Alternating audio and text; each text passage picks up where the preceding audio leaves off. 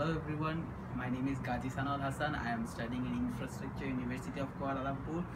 My bachelor program is Logistics and Supply Chain Management. So আজকে আমি কথা বলতে এসেছি ইম্পোর্ট এক্সপোর্টের ক্ষেত্রে একটা গুরুত্বপূর্ণ বিষয় freight forwarder. So freight forwarder কি? আমি আজকে আপনাকে তিনটা কোশ্চেনের উত্তর দিব। সেটা হচ্ছে ফ্রেট ফরওয়ার্ডার কি, ফ্রেট ফরওয়ার্ডার কি করে এবং আপনি কেন ফ্রেট ফরওয়ার্ডারের কাছে যাবেন।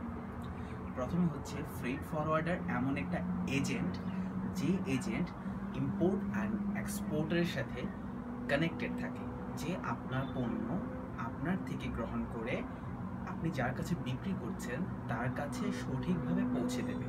তো তার রেসপন্সিবিলিটিগুলো কী কী? স্পেশালি যারা ইন্টারন্যাশনালি ইম্পোর্ট এক্সপোর্ট করে তাদের ক্ষেত্রে হয় প্রথমত হচ্ছে ডকুমেন্টেশন, কাস্টমসের ডকুমেন্টেশন রেডি করা, ডকুমেন্টেশন ঠিকভাবে প্রসেস করা, চেক লিস্ট করা, সব কিছু ফ্রেট ফরওয়ার্ডারের কাছে থাকে। অনেক সময় অনেক কোম্পানি ফ্রেট ফরওয়ার্ডারের কাছে যায় না, তারা নিজেই এই কাজটা করে নেয় নিজস্ব অর্গানাইজেশনের মাধ্যমে। অ্যান্ড সো এই ক্ষেত্রে প্রথম ডকুমেন্টেশন, সেকেন্ডলি আসে আপনার পণ্য কিভাবে যাবে, কোন রুটে যাবে, কিভাবে আপনার পণ্যের প্রসেসটা করা যায়, প্যাকিং, সব কিছু ফ্রেট ফরওয়ার্ডার নির্ধারণ করে। সো সে হচ্ছে এমন একটা এজেন্ট যার সাথে ইম্পোর্টার এবং এক্সপোর্টার কানেক্টেড থাকে। সো তার প্রধান দায়িত্বগুলো কী কী? First of all documentation, second transportation manage করা, যেমন এয়ার, সি, রোড কোনভাবে আপনার যাবে, দেন কাস্টমস, দেন হচ্ছে আপনার প্যাকিং, ইন্স্যুরেন্স, সেফটি, সিকিউরিটি, সব কিছু। সো এর ছাড়াও কিন্তু ফ্রেট ফরওয়ার্ডার সে কিন্তু নিজে পণ্য পরিবহন করে নিয়ে যায় না, সে হচ্ছে একটা ইন্টারমিডিয়েট যে আপনার পণ্যটাকে, যার সাথে সবাই লিঙ্ক থাকে, যার সাথে সবাই কানেক্টেড থাকে, সে আপনার পণ্যটাকে কীভাবে কিসের মাধ্যমে আপনার যে ক্রয় করছে তার কাছে পৌঁছে দিয়ে আসবে। সো আপনার কেন ফ্রেট ফরওয়ার্ডার কাছে যেতে হবে?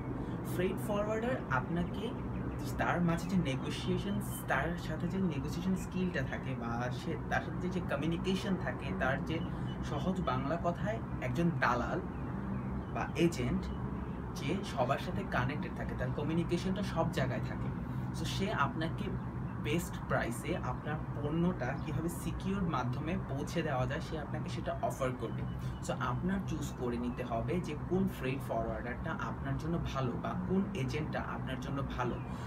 এবং সবচেয়ে মেইন বিষয় হয় যখন এক্সপোর্ট আর ইম্পোর্টের ক্ষেত্রে insurance, security, customs, packing and the last thing is customs. এই জিনিসগুলো সবচেয়ে বেশি ইম্পর্টেন্ট হয়।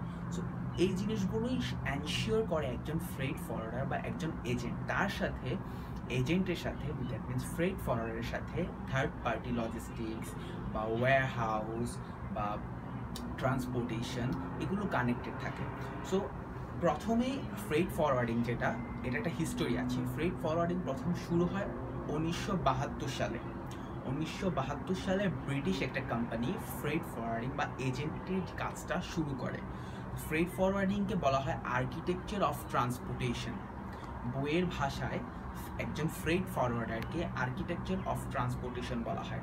স্পেশালি যদি আমরা ইউরোপের হিসাব করি, লন্ডনে একজন ফ্রেট ফরওয়ার্ডারের স্যালারি হচ্ছে 16,000 ব্রিটিশ পাউন্ড।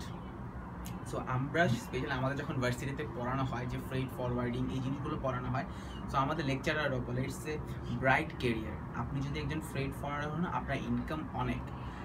স্পেশালি মালয়েশিয়াতে একজন ফ্রেট ফরওয়ার্ডার যখন ইম্পোর্ট এক্সপোর্টের জন্য ডকুমেন্টেশন রেডি করে, সো পার ডকুমেন্টেশন তাকে সর্বনিম্ন পে করতে হয় 200 রিঙ্গিত। দ্যাট মিনস 4,000 টাকা সর্বনিম্ন পে করে পার ডকুমেন্টেশনের জন্য। সো অবভিয়াসলি ফ্রেট ফরওয়ার্ডার একটা bright career, bright future.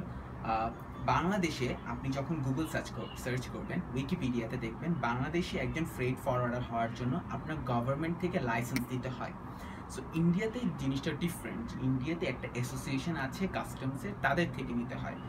So এই জিনিসগুলো আপনাকে ফলো করতে হবে। অ্যান্ড বাংলাদেশের লাইসেন্সের জন্য সেটাকে বলা হয় C&F, clearance and forwarding. Okay, thank you for watching this video.